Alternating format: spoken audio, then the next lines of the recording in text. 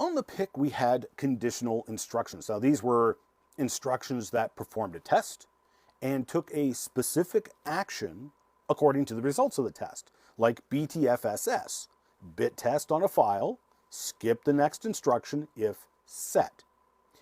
We can perform tests in Arduino, of course, and I'd like to introduce you to one called if-else. If you've come from a background of basic program like I have, then you'll recognize it as basically the if-then command. So we're going to add to our setup from the last session, we'll add another LED and resistor off of pin 11. And if you want, you can add another LED off of pin 13, like I did here. You don't have to, of course, because you've got the onboard LED on pin 13. It's your call. I've still got the push button going to pin 12, which sends a high to pin 12 when I push the button. Pin 11 now needs to be set up as an output as well, so you can guess the instructions I put in the setup. So pin 13 and pin 11 are now outputs with pin 12 as an input. Then we get down here to our glorious if statement. So now the if statement is a function.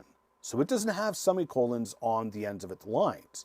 It instead has those opening braces and closed braces between which you put all of your commands. And first there is, in brackets, the check that you want to perform. So we've got a button on pin 12, so let's check that pin. In the brackets, we'll put in a pin read, a digital read on pin 12. The thing is, this is a test. So what are we testing for? Well, it's a digital input, so we only have two options. It's either a 1 or a 0. So if we test to see if it's greater than 0, and it is, we know it must be a 1. We'll turn on the LED on pin 13 if it's high. We do that by putting in a digital write command between the braces of the if function. So if the digital read on pin 12 is greater than 0, we run all of the instructions in between these braces. If it is not greater than 0, then it skips over everything in between the braces. Now notice there's no semicolon after this digital read. It's actually part of a math formula basically, so there is no semicolon. That line will work just like that.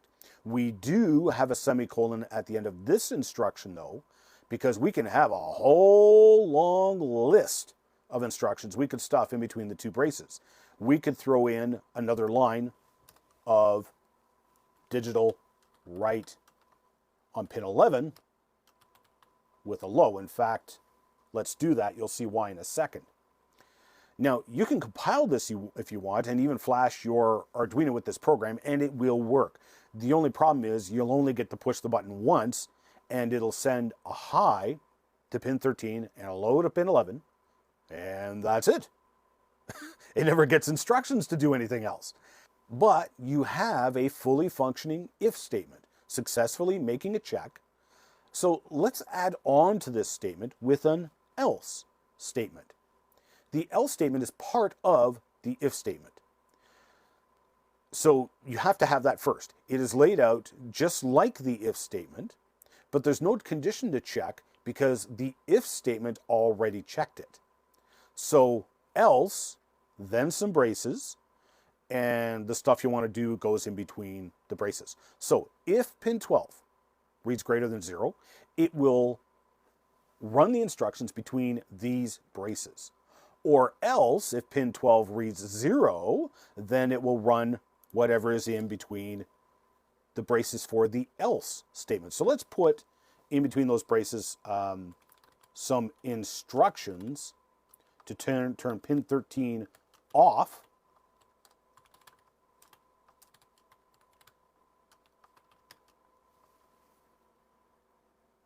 And turn pin 11 on. So if pin 12 reads greater than 0, in other words a 1, then it will turn on pin 13, turn off pin 11, and will skip over everything in the else statement. But if pin 12 reads a 0, then it will skip over these instructions and do something else that you tell it to, namely turning off pin 13 and turning on pin 11. Does that make sense? So if you haven't typed in your code already, type it in and then flash your Arduino with your code. You'll notice that it will now turn on pin 13 LED when you push the button, or it will turn on pin 11 LED when the button is released.